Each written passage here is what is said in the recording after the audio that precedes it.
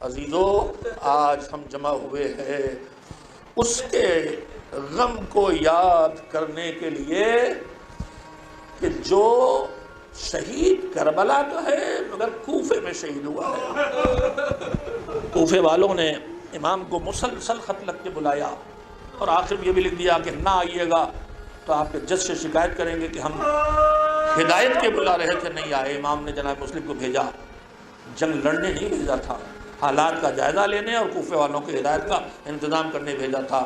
جناب مسلم مکے تھے، پہلے مدینے گئے، مدینے سے کوفے آئے۔ بعض روایات کے مطابق جناب مسلم چونکہ لڑنے نہیں گئے تھے، جناب مسلم کے 4 بیٹوں کا تذکرہ ہے۔ 2 بیٹے جوان تھے جو اپنی ماں کے ساتھ، جو جناب رقیہ تھیں حضرت عباس کی بہن سگی، ان کے ساتھ قافلہ حسینی میں تھے، جناب مسلم بھی تھے۔ لیکن جب جناب مسلم کوفے جانے لگے تو 2 ننھے بچے، چھوٹے بچے تھے ان کو اپنے ساتھ لے گئے، صرف لڑنے نہیں گئے تھے۔ وہاں گئے، کوفے والوں نے بیعت کی، ہانی کے گھر میں، مختار کے گھر میں یا اوسجا کے گھر میں قیام رہا، اور اس کے بعد سازشیں رچی گئیں اور ابن زیاد پہنچ گیا، اور اس کے بعد آخر وہ وقت آ گیا کہ جناب مسلم کو مجبور ہو کے جنگ کے لیے نکلنا پڑا۔ 8 ذی الحجہ کی صبح سے جنگ شروع ہوئی اور شام ہوتے ہوتے ابن زیاد کے مکاریوں کے نتیجے میں اور کوفے والوں کی لالچ اور ڈر اور کم ایمان کے نتیجے میں وقت آیا کہ جب مسلم عشاء کی نماز پڑھ کے مسجد سے نکلے تو اب کوئی پوچھنے والا نہ تھا، تنہا مسلم کہاں جائے، دشمنوں کا شہر کب ڈھونڈ لیا جائے، کب دشمن کو پتہ چل جائے۔ مسجد کے پاس ایک گھر کے دروازے پہ جا کے بیٹھ گئے۔ گھر سے خاتون نکلی، طوا ان کا نام ہے۔ انہوں نے دیکھا ایک تھکا سا انسان، گرد و غبار میں ڈوبا ہوا چہرہ، بکھرے ہوئے بال، چہرے پہ تھکان، بیٹھا ہوا ہے۔ وہ گھر کے اندر گئی، یہ سمجھ کے کوئی مسافر ہے، پانی لے کے آئی، لا کے دیا، پانی پی لو۔ پانی پی لیا جناب مسلم نے۔ اس کے بعد تھوڑی دیر اس نے انتظار کیا، پھر کہا کہ گھر شہر کے حالات اچھے نہیں، اب تم اپنے گھر چلے جاؤ۔ تو مسلم نے کہا یہ بتاؤ کہ وہ مسافر کہاں جائے جس کا کوئی گھر نہ ہو؟ کیوں تم کوفے کے نہیں ہوگا؟ نہیں میں کوفے کا نہیں ہوگا۔ پھر کہاں سے آئے ہو؟ میں مدینے سے آیا ہوں۔ تو مدینے کا نام سن کے ایک مرتبہ تو چوکی کا، مدینے سے کہاں سے آئے ہو؟ کہا محلے بنی ہاشم سے۔ یہ بتاؤ تم مدینے سے محلے بنی ہاشم سے آئے ہو کہ تم میرے مولا حسین کے سفیر مسلم تو نہیں ہو؟ کہا سر بیٹا میرے دروازے پہ آیا، مجھ سے کہیں چلی جاؤ گا، یہ گھر آپ کا ہے، تشریف لائے۔ مسلم جناب طوا گھر کے اندر آ گئے، کھانا پانی کی زحمت نہ دی، ساری رات عبادت میں گزاری۔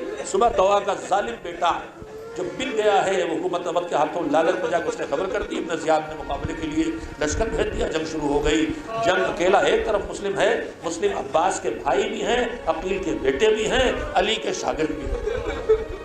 صفین سے جنگ لڑنے کے ہنر یہ دکھلا چکے ہیں، بھرپور جوانی کی عمر ہے، لشکر رسالہ سپاہی بلا کے لڑ رہا ہے، لیکن مسلم قابو میں نہیں آتے۔ آخر کار دشمن نے طے کیا یہ عباس کے بھائی ہیں، علی کے بیٹے ہیں، یہ ایسے قابو میں نہیں آئیں گے، دھوکہ دے کے گرفتار کیا جائے۔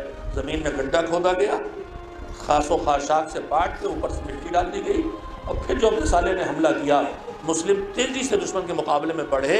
ایک مرتبہ گھنٹے پر پیر پڑا جو گھاس سے پٹا ہوا تھا، اور جو مصنوعی چھت اس کی بنائی گئی تھی ٹوٹی اور مسلم گڈھے میں گر گئے۔ اب دشمن میں اتنی ہمت نہیں کہ آگے بڑھ کے گرفتار کر لے، لہذا دور سے پتھروں کی بارش شروع کر دی، دور سے آگ پھینکنا شروع کر دی، دور سے تیر بارانی شروع کر دی، پورا بدن لہولہان ہو گیا، دندان مبارک زخمی ٹوٹ گئے، ہاتھ پیر شکستہ ہو گئے، خون میں ڈوبے مجاہد کو دشمن گرفتار کر کے لے کے آیا دربار ابن زیاد میں۔ ابن زیاد سامنے آیا، کسی نے کہا امیر کو سلام کر، کہا یہ میرا امیر نہیں، میرا امیر مکے میں ہے۔ مسلم کو نہیں پتا کہ حسین مکہ چھوڑ چکے ہیں، عالم سفر میں نکل چکے ہیں۔ مسلم سے گفتگو شروع ہوئی، کہا کہ کوئی حاجت ہے؟ کہا پیاسا ہوں، پانی لا دو۔ کسی نے پانی لا کے دیا، لبوں سے لگایا تو خون بہہ گئے، پانی میں مل گیا، پھینک دیا۔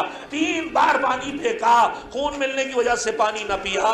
کہا انا للہ و انا الیہ راجعون، پیاسا جاؤں گا۔ کہا لے جا کے قتل کرو۔ دارالامارا کی ظالم لے کے آیا، تلوار کا وار کیا، تنو سر میں جدائی ہوئی، بے سر کے جنازے کو زمین پہ کھینچا گیا۔ دوری میں باندھ کے گلیوں میں گھمایا گیا اور اس کے بعد بے سر کی لاش لے جا کے دارالعمارہ کے دروازے پہ لٹکا دی گئی۔ 9 ذی الحجہ کو مسلم شہید ہوئے۔ راستے میں حسین کو خبر ملی، رقیہ بیٹی کا نام بھی ہے اس کے سر پہ رکھ کے اسے تسلی دی۔ 2 محرم کو قافلہ پہنچا، 7 سے پانی بند ہوا۔ 10 محرم کو فاطمہ کا بھرا گھر اجڑ گیا، اس میں مسلم کے لال بھی شہید ہو گئے۔ 11 محرم کو سارے نجس جنازے یزیدیوں کے دفن ہوئے، حسین اور ان کے ساتھیوں کی لاشیں بے گورو کفن پڑی رہی۔ قافلہ لاشوں کے پاس سے گزر کے کوفے آیا۔ 12 محرم کو قافلہ راستے میں رکاوٹیں تماشائیوں کی بھیڑ سے پتھروں کی بارش سے گزرتا ہوا دارالعمارہ کے دروازے پہنچا۔ آگے آگے قیدی سید سجاد، پیچھے پیچھے رسن بستہ بیویاں۔ امام کی نظر چچا کے سراپا پہ پڑی، پہچان لیا، سلام کر کے آگے بڑھ گئے۔ پیچھے بیویوں کا قافلہ، قافلے میں رقیہ، عباس کی بہن رقیہ، مسلم کی زوجہ رقیہ، پہچان لیا لاش کس کی ہے، رک گئی۔ زینب آگے بڑھی، بہن چلو ورنہ ابھی تازیانے لگنے لگیں گے۔ ہاتھ جوڑ کے کہا بھائی ایک موقع دے دے، بہت دنوں بعد مسلم ملے۔ آگے آئی، کہا مسلم سنا تم پیسے شہید ہوئے، تو میرے مولا حسین تو 4 دن کا پیسہ مارا گیا۔ مسلم تمہاری لاش دارالعمارہ کی چھت سے پھینکی گئی، گلیوں میں کھینچی گئی، تو میں نے اپنی آنکھوں سے ارے حسین کے لاش کو گھوڑوں سے پامال ہوتے دیکھا ہے۔ مسلم تمہارے اگر تن پہ سر نہیں تو دیکھو تمہاری کنیز کے سر پہ بھی چادر نہیں۔ مسلم تمہیں ایک خوشخبری سنانا ہے، تمہارے دونوں جوان بیٹے میرے ساتھ تھے، لڑے اور خوب لڑے، تمہاری کمی کا احساس نہ ہونے دیا، مگر مسلم میرے تو ننھے بچے تم لے کے آئے تھے، وہ لڑنے کے قابل نہ تھے، وہ کہاں ہیں مجھے بتا دو۔ ارے ماں تڑپتی ہوئی چلی گئی، بچے اسی کوفے کے قید خانے میں 1 سال ظلم کا شکار کر کے شہید کر دیے گئے۔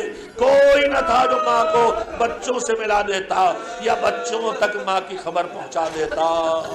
قربان ان شہیدوں پر جنہوں نے اپنا سب کچھ دے کے نچھاور کر کے دین کو بچایا اور ہم تک دین کی آواز پہنچائی۔ وَسَيَعْلَمُ الَّذِينَ ظَلَمُوا أَيَّ مُنْقَلَبٍ يَنقَلِبُونَ۔